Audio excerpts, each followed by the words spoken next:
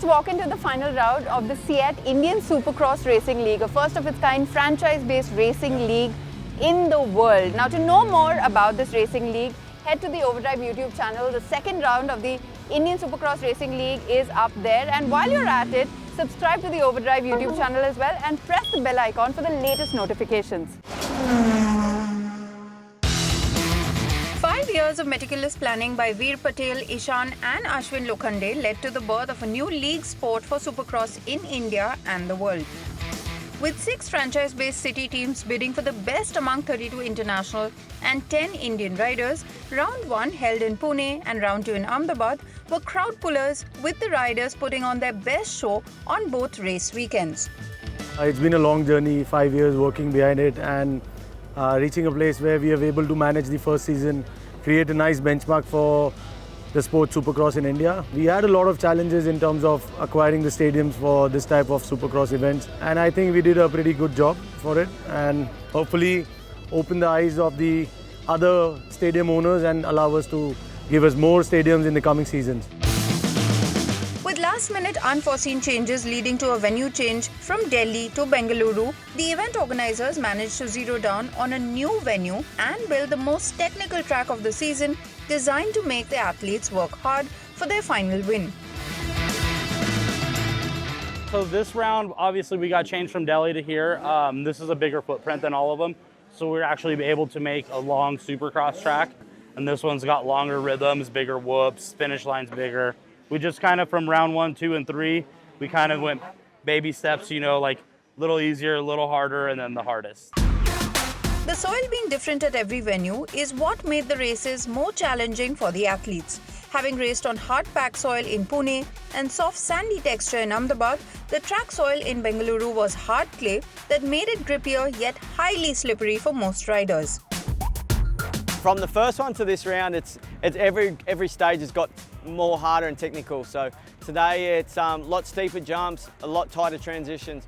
But being a Supercross rider, that's what we enjoy. So I enjoy it out there, but it's very hard packed. So that it's packed down really hard. So when we get on the throttle, it spins up. So that adds to more challenges. But it's good. Enjoy it. It's pretty warm out there. It's not a weather that we are used to it. Where I live in Paris, it's most of the time rain. So for sure, it's a lot different. That's gonna make the difference. But during the day, during the night, the show's gonna be the same, and it's gonna be great. The longest track we have had in these 3 rounds, and yeah, it's really tricky, especially the rhythm. After the triple the rhythm, it's really tricky. Like, you have to be precise. If you make a mistake, you're going to lose 2-3 seconds, or you're going to end up crashing. And then again, the whoops also is really tricky. They're big. We've never, I'm sure none of the Indian riders have ridden on such whoops. Coming into the finale, BigRock Motorsports team held a 50-point lead advantage to Mohite Racing's for an overall win. And the stage was set at 3 p.m. in the sweltering heat of Bengaluru for a set of exciting races in 4 different categories. Starting with the big guns in the 450cc international category, Jordi Tixier of BB Racing put on an unstoppable show, beating his rivals from a 7th place start in the first round and leaving others in a trail of dust, taking lead from the 3rd place in the second leg of the 450cc category within just 2 to 3 laps, heading for 2 straight wins in the Bengaluru edition of the Indian Supercross Racing League. Tixier also gave the already delirious crowd much to cheer about by soaring in a league of his own in the All-Stars race to clinch a much-deserved victory. The battle was just as fierce in the 250cc international category, with Hugo Manzato sweeping 2 straight wins, first battling hard with Gujarat Trailblazers' Enzo Polaris, and then taking lead from Brendan Sipple of Rise Motorsports in the second race.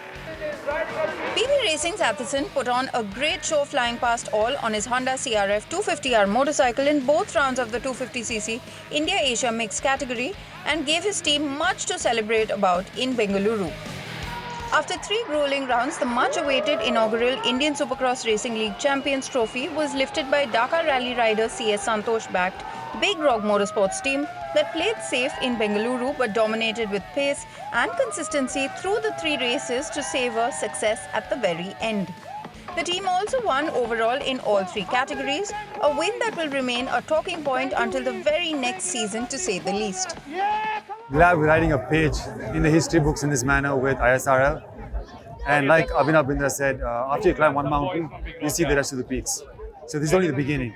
We're going to achieve what we can and enable ourselves as BigRock. With season 1 of the inaugural ISRL Championship ending on a high, the organizers have now set the bar high for the next season as well. So yes, definitely season 2 we'll have more riders registering at the auction pool. We're going to have the auction once again. We'll have different venues, more rounds. So the first season had 3 rounds and we're going to increase it in the second season. We are definitely going to host it in the stadium, the popular stadiums of different cities. The Indian Supercross Racing League has given Indian athletes and the talent of tomorrow a chance to rub shoulders with highly experienced riders from across the globe and race on international spec tracks. The road is long, but the riders are confident with consistent skill training, the sport can help build careers on a large scale.